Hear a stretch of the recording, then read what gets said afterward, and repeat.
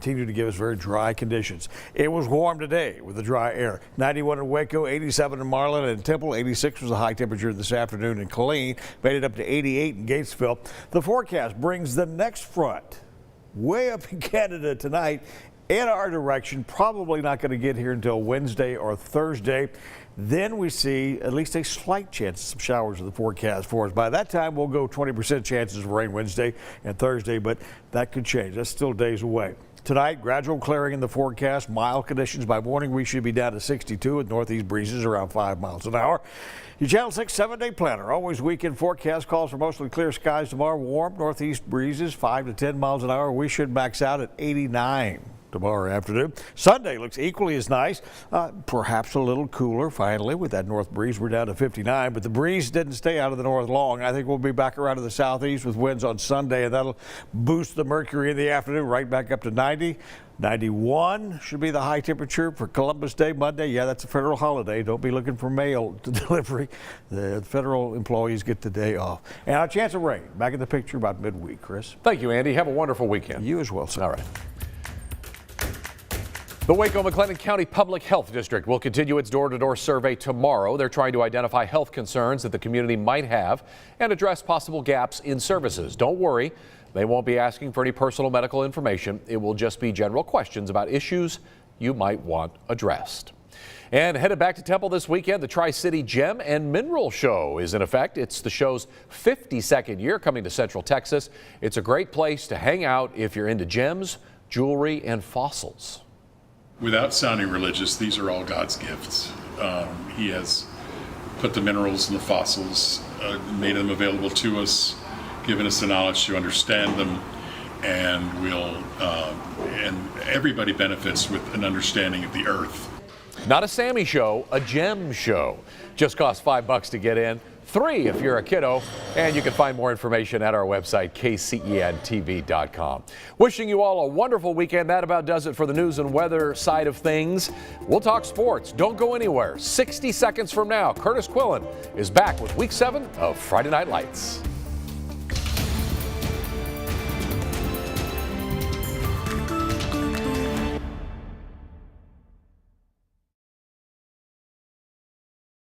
For cheerleaders, I need to teach Matt how to tell these schools apart. Right. Mic check. 1, 2, 3, 4, 5, 6, 7, 8, 9, 10, 11, 12, 13, 14, 15.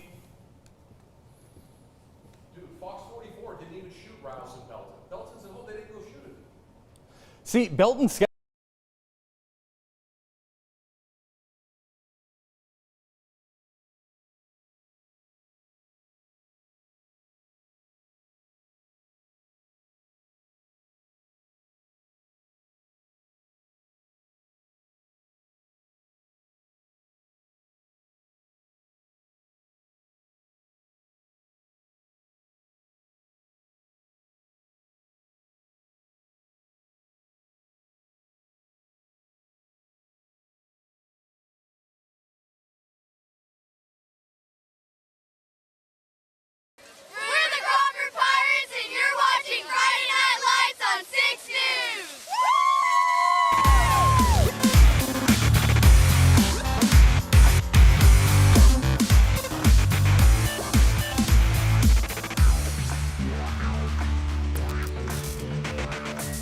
And down the stretch we go in the 2022 Texas High School football regular season. Welcome into Week 7 of Friday Night Lights. I'm Curtis Quillen, flying solo in the studio tonight. Nicole Sheeran is off this week, and we will hear from Matt Lively in just a minute. Last December, Marlin was the team with the last laugh when the Bulldogs took down powerhouse Crawford in the regional final at Belton's Tiger Field. But when realignment put both of these star-studded teams in the same district, tonight's matchup is one any non-biased high school football fan in the area marked on the calendar as the Bulldogs and Pirates face off in a revenge game, the first of 2 possible meetings this season. Greg Jacobs looking for his 6th straight win tonight. Great to see all the pink in honor of Breast Cancer Awareness Month.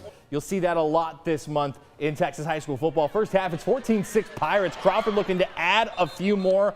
But it's fumbled. It's a scramble. Pirates jump on it, go into the half 14-6 with the lead.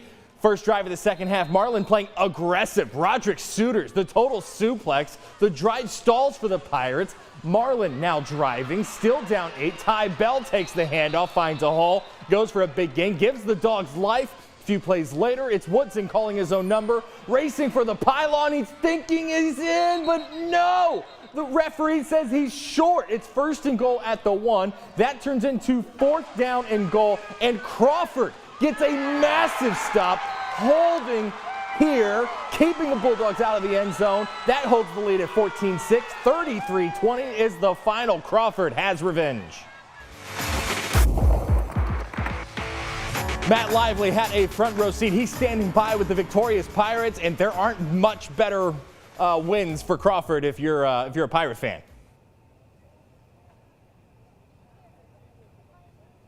No, Curtis, absolutely not. Not only does Crawford get the win, they stay undefeated and they get revenge. Guys, congrats. Our Game of the Week champs. Let's go, come on. Low in numbers behind me, but they still got some spirit. All right, Coach Jacobs, I'll start with you. Really great performance. You put up 33. You only limit 20. You were talking about the defense, and we were talking about how good it was coming into this game. What worked tonight?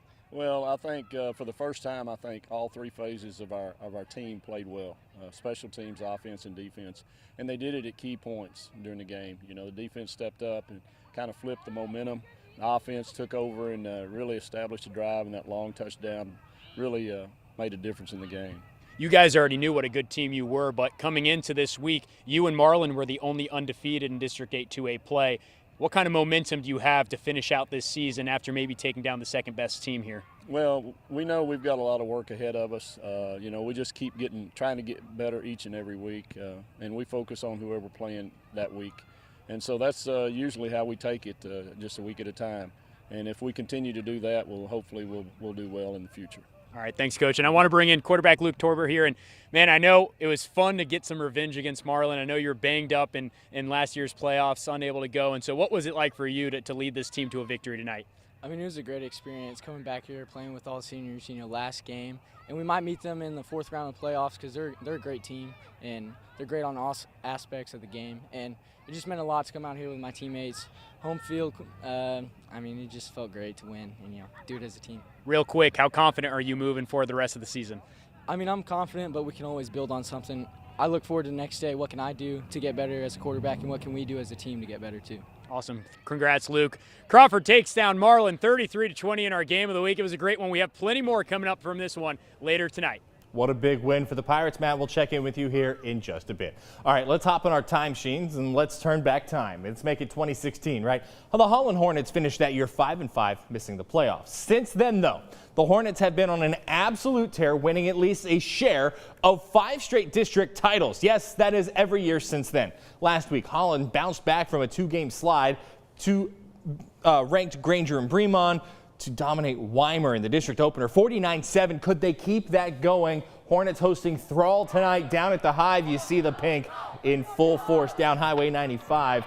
Chance for Brad Talbert's Tested Club to move to 500. First quarter, it's Mark Grinnan on the read option, keeps it, jukes a man, runs it up the middle, and he's gone. 49 yards to the house. It is 22-0 Hornets after 1. In the second quarter, they bounce it to the outside here, shed a tackle, and get into the end zone. That pushes the lead to 29-0 Holland. They're not done yet. Gavin Cruz looking deep, firing deep down the left sideline after the pump, finding Ryan Steglich in stride for the score. 36 yards makes it 36-0 at the half. All Holland tonight, 39-0.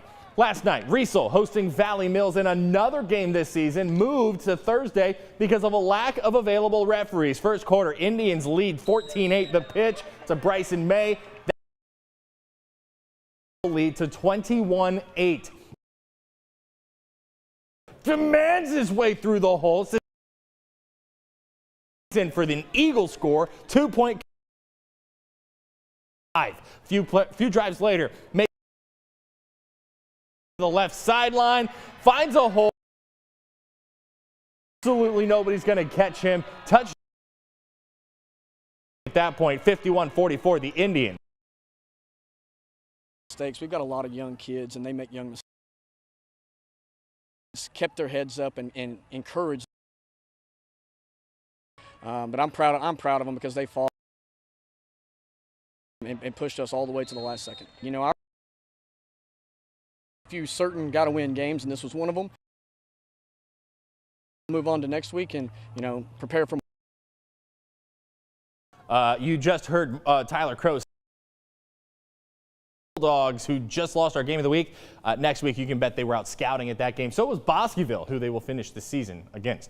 All right, Chilton had high expectations this season and so far has delivered with 5 wins against 5 playoff caliber teams to open the season. Tonight, the Pirates open district play, looking to move toward a district title in a district with 3 teams currently ranked, Chilton being one of those, in a matchup of ranked teams. Pirate hosting number 8, Bremond at Featherston Field. The game starts with quarterback Isaiah Red finding Isaac Reed for the huge pass there into the red zone. A few plays later, with the Pirates knocking on the door, they're going to hand it off. It's going to go to Marquedrick Taylor, and he takes care of the rest up the middle. He's in. That's a touchdown, and the Pirates take the lead.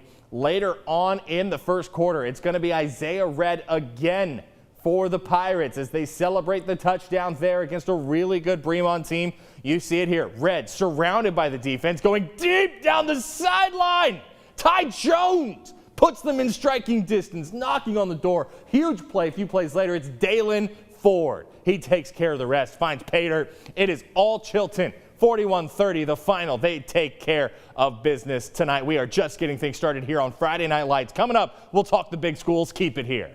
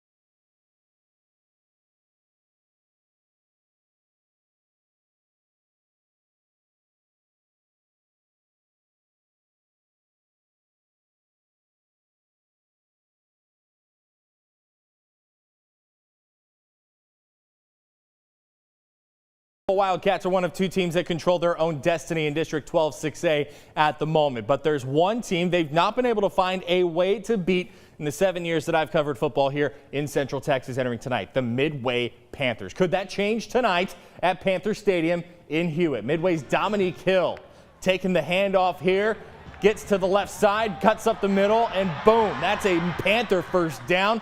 They are knocking on the door. James Setterfield kicks the field goal here. That puts points on the board for Midway. Temple recovers a fumble from Reed Tedford deep in Midway territory, and then Reese Rumfield scrambles, throws the pass to Deshaun Brundage. That is a first down. Rumfield now calls his own number, gets to the left side, nobody touches him. Temple goes for 2. The score is 29-10 in the second quarter. It is 44-10 Wildcats in the fourth. Coppers Cove facing Pflugerville Weiss elsewhere in District 12 6A. The Wolves opening district play with 3 straight against the teams from the Temple-Killeen area. And then here you see a nice play for the Bulldogs. That is a pass that gets them into Wolves territory, but it wouldn't amount to anything. Wolves take over here. A great run here for Weiss, gets to the left side, sheds the tackler, spin move, get to the middle, cuts back to his right some more. Other hash into the numbers, inside the 20. The Wolves knocking on the door, so naturally they're going to score. This play here, that is through the air. That is for 6. That's a touchdown. A wonderful play. If you're a Weiss fan, more from there. Another pass downfield, another post route, still in the fourth quarter, 51-14 Weiss at this point. Still just gearing up on Friday Night Lights tonight. As we go to break, let's listen to the winner of this week's Battle of the Bands, the Temple Wildcat Band. More Friday Night Lights is next.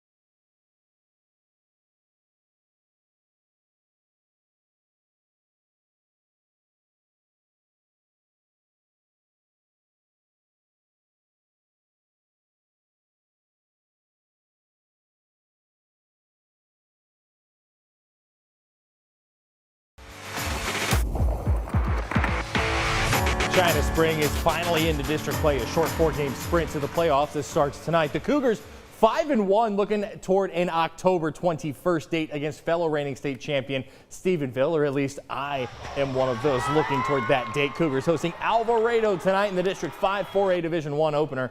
Here, Alvarado striking first with a field goal from Dylan Cox. And then here, China Spring answers a good run from Kyle Barton. Gets to the right side, cuts back toward the middle. That's good for a Cougar first down. And then Cash McCullum tossing to the left side into the flats. That's a touchdown. He's not on the roster, don't have a name. 7-3 China Spring at that point. All Cougars tonight, 59-17. Gatesville hosting Connolly, District 11 4A Division II opener tonight. It's Big Sting night in Gatesville, an awesome fundraiser that the Hornets do. Best press box in all of Central Texas. Gatesville here. The fake punt, Lawson Mooney burns the Cadets defense. That is a first drive. Hornets would kick a short field goal. That puts 3 points on the board. Ensuing drive, though, Connolly.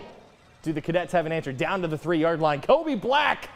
More from that guy later. Gets the handoff, disappears into the pile for the score. That's good for 6. Connolly's got the early lead, 7-3. What's the final on this one? 35-6, Connolly. Up next, we'll try to go back to our game of the week. Keep it here.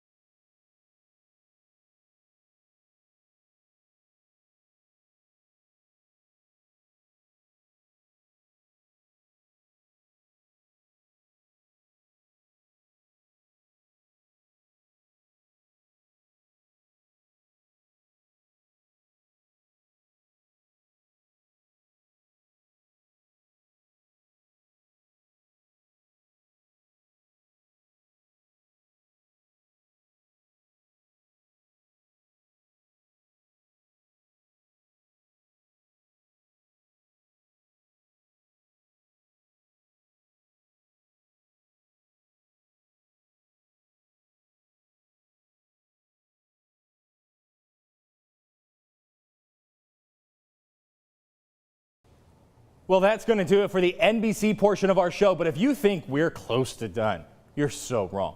We've got so much Friday Night Lights still ahead, including our Gridiron Player of the Week and our big picture breakdown of the week. We are heading to the live stream portion of the show. That's on Facebook, YouTube, KCENTV.com, 6+ on Roku and Fire Stick, the 6 News mobile app. Wherever it is you stream 6 News, that's where you'll be able to find us. We will see you there.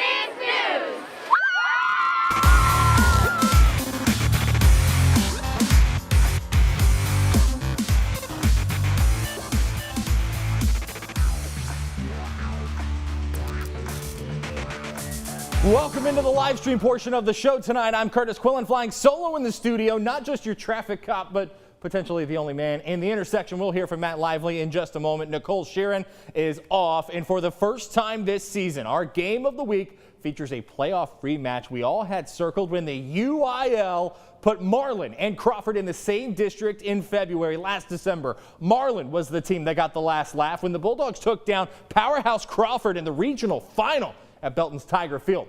But when realignment put these two star-studded teams in the same district, tonight's matchup is one that any non-biased high school football fan in Central Texas marked on the calendar as the Bulldogs and Pirates face off in a revenge game. First of two possible meetings this season. Greg Jacobs looking for his 6th straight win this season. Great to see all the pink out at Pirate Field in honor of Breast Cancer Awareness Month. You'll see that all over the area this month. First half, 14-6 Pirates. Crawford looking to add on a few more, but fumble! Scramble. Crawford jumps on it. Pirates have to head into the half 14-6. Yes, that's the same score we started with. First drive in the second half. Marlin playing aggressive. Roderick Suiters, the total suplex. Drive stalls for the Pirates. Marlin now driving, still down by 8, and it's Ty Bell taking the handoff, finding a hole, goes for a big gain, gives the Dogs life. A few plays later, Woodson calls his own number, racing for the pylon he thinks he's in. The referee says no, he's short. First and goal at the 1, turns into 4th and goal, and watch this, a huge stop for the Pirates. They hold, the defense holds. 33-20 is your final. Matt Lively had a front row seat.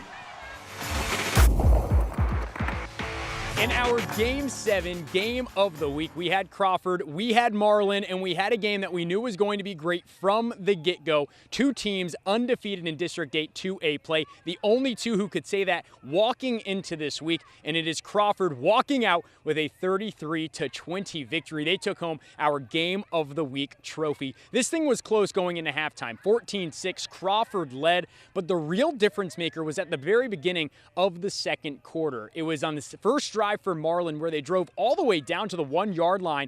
Desmond Woodson tried to get into the end zone, went for the pylon, couldn't get in, and it was a huge 1st and goal. I mean, it looked like Marlin was going to pounce this thing in and then get back into the ball game, but 4 straight plays and Crawford keeps them out of the end zone. An incredible feat. They turn the ball over, so now Crawford has it, and then what do? They go 92 yards the other way, and they go ahead and score a touchdown, putting them up 21-6, and at that point, it felt like the game was out of hand. From there, they just piled it on, putting up 33 total points, and we had talked about how good this offense was for the Pirates coming into this week. They were averaging just under 40 points a game, so they kept that click up, and then they were able to limit Marlin, a team that scored 102 points in the 2 prior weeks coming into this game. So it was an all-around incredible effort for this Crawford team, who is now 6-0, still 3-0 now in district play, undefeated, and they are taking on Moody next week. But I did ask Luke Torbert, the quarterback, I said, what was it like to finally get revenge over Marlin? He said it was great,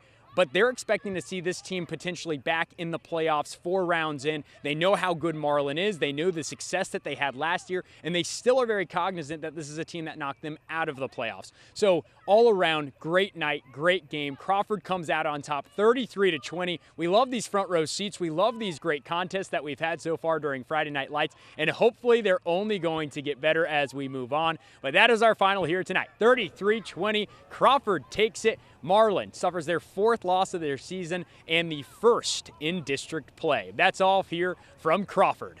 All right, Matt, appreciate it. Entering this week, the University Trojans were 1-0 in district play for the first time since 2013. After a bye last week, the Trojans could make a statement and do something they haven't yet done in their 2 years under Kent Laster, win at home.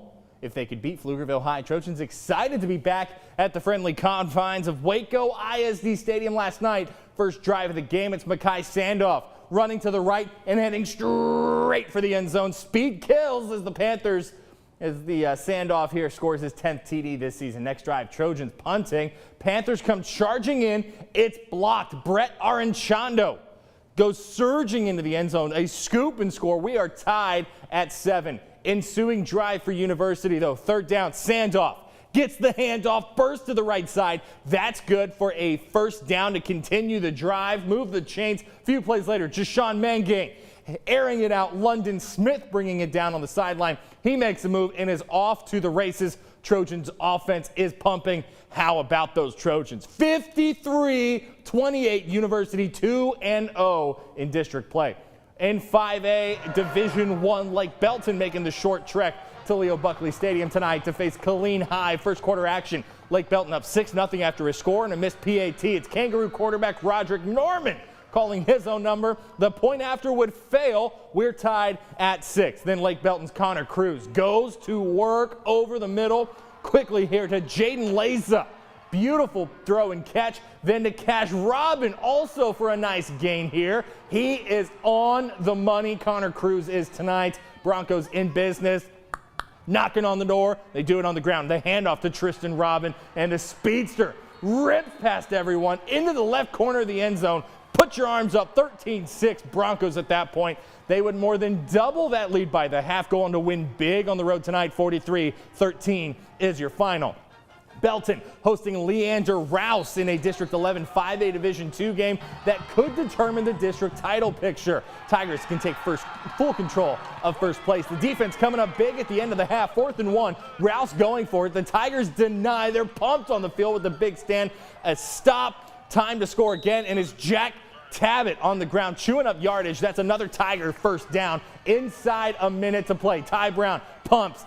Aims for the corner, and it's Garrett Oliveira beating his man. Tigers take a 36-13 lead at the half. It is all Belton in this one. They go on to win it 43-13. In the past 2 weeks, both Academy and Cameron Yo have faced reigning 3A Division I champion Lorena with mixed results. The Bumblebees looking to force a three-way tie atop District 11 3A Division I tonight after turning it around from a pair of disappointing results to open the season. Bees on the road visiting Yo Field tonight in Cameron. Homecoming night for the Yeomen, and they honored the 2012 state championship, so you know they want to get off to a fast start. They would do just that. Junior Kadarius Bradley shot out of a cannon, more like a slingshot. He takes the first play of the game, 68 yards. Maitre D, reservations for 6. PAT is good. It's 7-0 Yeoman. Quick ensuing drive for the Bees. It's Casey Mraz looking over the middle, and Oski. We're going the other way. Casey Goolsby, the pick. He returns it inside the 20. The Yeoman knocking on the door. They'd come away empty on the drive, though. Later in the first, Cameron driving again. It's Braylon Drake dropping back. Nobody open, so he says, you know what? I can run this myself. He could go all the... No, it's fumbled. Recovered by the Bees. All Cameron in this game, though. It is 48-13. The Yeomen sole possession of first place. Troy going for its second straight district win, hosting a Rockdale squad on a 4-game slide after a few failed attempts at the goal line. Trojans QB Ethan Sorensen connects with Cooper Valley right here. That is a touchdown, and then the Trojans take the lead. A few plays later, the Tigers start coming alive. Bladen Bardcack throws it deep to DeAndre Stevens. Following the play, it's Tim Grice escaping the defense to put the Tigers on the board. They've got speed in Rockdale, Texas after a drive from the Trojans here. Tigers get the ball back, 40 seconds to play until the half, and it's Barchak scrambling, looking downfield, finding Grice to get close to the goal line. Can he get there? No, he's short. Okay, so timeout. Barchak in the pocket, looking calm. Over the middle, that's a touchdown. Beautiful throw to Garen Marrero to close out the half. The score is tied at 13, and it's Rockdale ending its losing streak. The area's only 3A Division II schools facing off in a district opener tonight. Clifton visiting Rogers in District 13 3A Division II opener.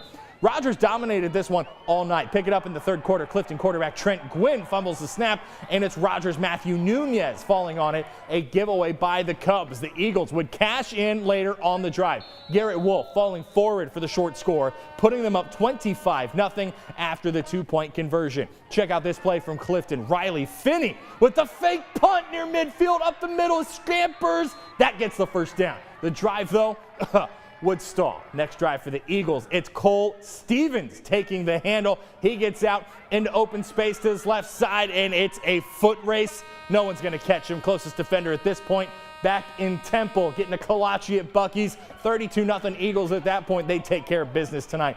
38-7 is your final. Gerald on the road tonight as we talk 4A ball a little bit more, visiting powerhouse Wimberley in District 13 4A Division II action. Here, a nice long play for the Cougars, and the Cougars are in striking distance. And then here, it's a 4-yard touchdown run. Yes, Gerald looking good early, and then here, Wimberley from the 37. Still, and that's not the 37. That's inside the 20. He's to the 10, the 5, touchdown Texans. What a keeper on the option there. And then here, the read option going deep over the middle. Texans get the nice little payback score there. Final score in this one is 73-14. It is all Wimberley from there. Bartlett has not won a district game since 2014.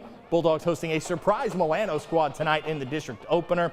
First quarter, Bulldogs going to the air, but Michael Hudson picks it off for the Eagles, and Mclennan is in business. 2 plays later, it's the final play of the first quarter. Joshua Miller takes the handoff for the Eagles. He takes off 60 yards into the end zone. It is 14-0 Mclennan after 1. Second quarter now, and it's Ethan Gordon from the 2. Touchdown, PAT is blocked. 20-0 Eagles, then all Mclennan tonight. 48-0 is your final. Now it's time to recognize our Gridiron Player of the Week, as we always do. For this week's, we go to a highly touted college prospect who shined less than 24 hours before his brother shined at McLean Stadium, and he shined again tonight. We're talking, of course, about Connolly's Kobe Black. Here's Nicole Sheeran. So wherever, the team needs me for us to win, that's what I'm playing. Kobe Black does it all. Running back, wide receiver, and cornerback. We always knew he has it in him, and so we've been playing him on offense a little bit more, getting closer to district, using him as a weapon. And he was able to show some of that Friday night, and we were real impressed with him. Coach was impressed, the fans were impressed, and teammate Kiefer Sibley knew what his best friend could do on that field. It ain't a surprise to me. It may be to y'all. We've been doing this since we was little, so I know he's capable of. A 60-yard touchdown run and a pick 6 for 81 yards. Now that's what he's capable of. I just seen it coming, really. I seen the route, and then I looked at the quarterback and threw it right to me, so I really just took off with it and just having fun out there. But the real show was a spin move for a 40-yard run to the house that stunned the entire sideline. Yeah, I was like, ooh. I told Coach Snell, our running backs coach, I said, ooh, we might need to stick him back there a little more often. Kobe wasn't the only player having himself a night. The very next day, his big brother Corey was lights out for Oklahoma State as they took down the Bears back in his hometown.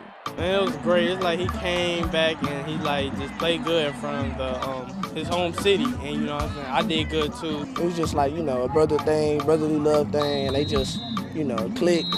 The brothers finished the weekend with 2 stellar performances and their biggest fan smiling from ear to ear.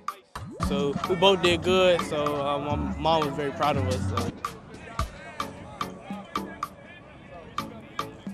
What a fantastic performance. Yeah, Corey Black, the starting cornerback for the Pokes, he did very well against the Bears, much to Baylor fans' chagrin.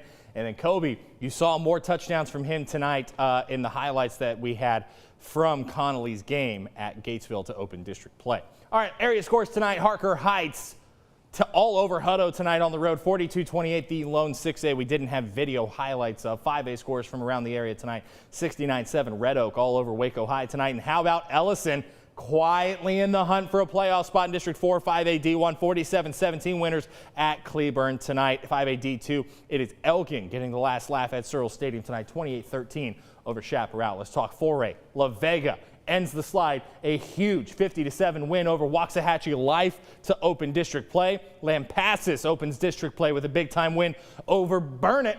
It's Burnett, darn it. 33-24 rather. Salado bounces back after a 4-game skid to beat Robinson in the district opener 33-24 tonight.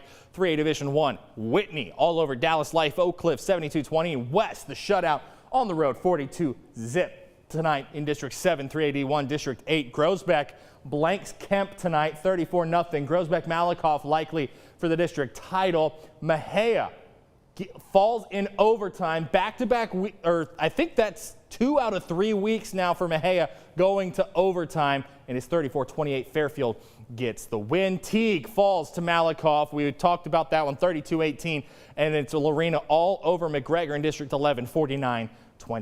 Let's go to 2A now. It's Axel all over Rio Vista on the road, 35-20 the final. Bosqueville edges Moody. Guys, this Moody team is pesky. This is a very pesky ball club for Matt Hurst, 32-29. Bosqueville gets the win to stay in the hunt for a playoff spot. Rosebud Lot all over Bruce Villetti on the road in the Hyphenation Bowl. It's 56-21 there for the Cougars. Thorndale takes down Weimer on the road, 34-26 in District 13, 2A D1. No surprise here. Mart all over Frost, 56-0 is the final there. The top-ranked team in 1A Division 1, the Abbott Panthers, get a Mercy Rule win over Aquila tonight, 48-0. It's Jonesboro doing the same in district action over Lomita, 57-8 the final there. Taylor St. Mary's all over Buckholz tonight, 68-20. Oglesby 45's Bronte, 66-20, or maybe Bronte. I'm not sure on the pronunciation there, but a big-time win for Oglesby. 33-13, Fort Worth Temple Christian over Bishop Riker as we move to the private schools, 76-0. Sorry, I'm not entirely... I got a text from Leaf Johnson. Let me see if I can correct that one real quick. It is 35-3 CTCS over Plano John Paul II. Twitter sometimes does not do us favors with these private schools. Sorry about that. Texas School for the Deaf all over Vanguard tonight with a Mercy Rule win, 58-13. And then it is Marble Falls Faith over Live Oak, 54-36 is your final. Holy Trinity, 68-20 over Round Rock Christian tonight at home. Eagle Christian, you ready for this? Text Bryce Frazier to get the final score for this one. They were down by 20, come from behind and get the win. 46-42, impressive performance here from the Eagle Christian Academy Eagles. Okay, it's my absolute favorite part of the show. Let's bring Matt Lively back into the fold, but on the phone. Because, and Matt, you can tell the story better than I can, a player tripped over the cord that comes from your camera into the live pack we use for the live shots and breaks the cord. We don't have an extra one with you there in Crawford, so this is the best we got at this point. That is correct. I'm now sitting in my phone talking to you via iPhone because the HDMI is completely broken. It was no one's fault, just, mistakes happen out there in the field. There's a lot of little kids playing football, running around, and I'm kind of just in a war zone, and these things happen. The HDMI cable fully broken. My availability of being on television with my face out there completely gone. So this is the best we're going to get. This is the best we're going to get, but you know what? We will make it work. Make the best of a bad situation. Like you said, nobody's fault. Accidents happen. And we have the technology, I believe is the line from the movie. Matt, let's talk about the game of the week because I didn't get to ask you back and forth on this one because that last segment we had from you was taped so that we could get this to the point where this can work. That's a really big-time performance from Crawford tonight. What did you see from the Pirates? Yeah, I mean, they shut down Marlin's offense for the most part. There was some, I don't want to call it garbage time, but there were certainly some moments late there in the second half where Marlin was able to finally break through. But they eliminated their run game, and Coach Torres of Marlin was telling me before this one started that the big difference this year is that they're able to run the ball. Compared to last year, they didn't really have a great run game, and the fact that Crawford was able to limit it as they did was really impressive. I would also say that their ability to respond, Curtis, was really great. Every time Marlin put points on the board, they would come back with a huge drive themselves. They had the huge goal line stand, which I know I had mentioned earlier, which really changed the entire momentum and narrative of this game. It was a really impressive win for Crawford. My first time seeing them up close and personal, and it's hard not to think that they're going to make a deep playoff run this year. Yeah, I'm with you on that one. Crawford looks the part. I mean, Greg Jacobs told Nicole Sheeran earlier in the week when we were doing previews of this game that they were missing a lot of players for that game in Belton last year where you saw them then. So that's as good of an answer as you can get from Crawford. Obviously, they had this one circled because they got their revenge. No Baylor game this week, so let's dedicate the final 3 minutes, Matt, to high school football. And let's go like we normally do. Your most impressive result tonight. I'm going to go with La Vega. Yes. I mean, after a really bumpy non-district schedule, to come out against Waxahachie and put an absolute waxing on them like they did, that's got to feel good for Don Hyde and his guys to just finally feel like they're the dominant team once again. I mean, that is a major win. I would like to talk for a minute about the Holland Hornets, Matt, because Holland is quietly, yes, well, Holland lost 2 or 3. They went 2-3 through their non-district slate, week 6 open district play at Weimar. But those 3 losses all to ranked teams, Bremont, Crawford, and Granger. Holland has won 5 straight district titles. We were at the game tonight, and they were dominant against Thrall, a matchup that last year was our game of the week in week 11. Guys, this team is full of sophomores and juniors. This team is going to be a problem for a couple of years. Yeah, I mean, big time. What they did against Weimar last week, and you look at their non-district schedule, and it was tough. I would say, that loss against Valley Mills kind of is a head-scratcher, but this is when teams come into their own. You never know what kind of injuries these guys are battling, and so you texted me in the middle of that one. You were like, Holland's going to make a big playoff run. And when Curtis Quillen gets excited about a team like that, there's usually good things to come. Most surprising results of the night, Matt, I'll go first on this one. I thought Killeen. I thought Lake Belton would win it. I thought Killeen could keep it a little bit more competitive than it did. So I don't know if that's maybe Killeen's going to take a couple of years or if Lake Belton's just that good. Yeah, I agree with you. I think Lake Belton is just that good. They were perfect in that, non-UIL sanctioned season a year ago for a reason. I'm going to go with, I don't know if it's surprising. It's probably just a game, honestly, I want to talk about. Robinson, Salado. My hopes are high for this Rockets team. They really hung in there with Tom Westerberg and his squad, and that sounded like it was a great game. I believe 33-24 was the final there. Robinson, from a year ago to where they are now, even though they lose tonight, this is a much different program under Mike Ludlow. Wholeheartedly agree with you. The man, the myth, the legend, from the side of the road, who knows where. Could be between Crawford and China Spring, could be between Crawford and McGregor. He will get you your Friday Night Lights. Matt Lively, appreciate you. Enjoy the drive home. That's it for week 7. Week 7's in the books, guys. Only 4 more weeks of the regular season. We'll see you next week under the lights. For everyone working the late shift to 6 News, I'm Curtis Quillen. Have a great weekend.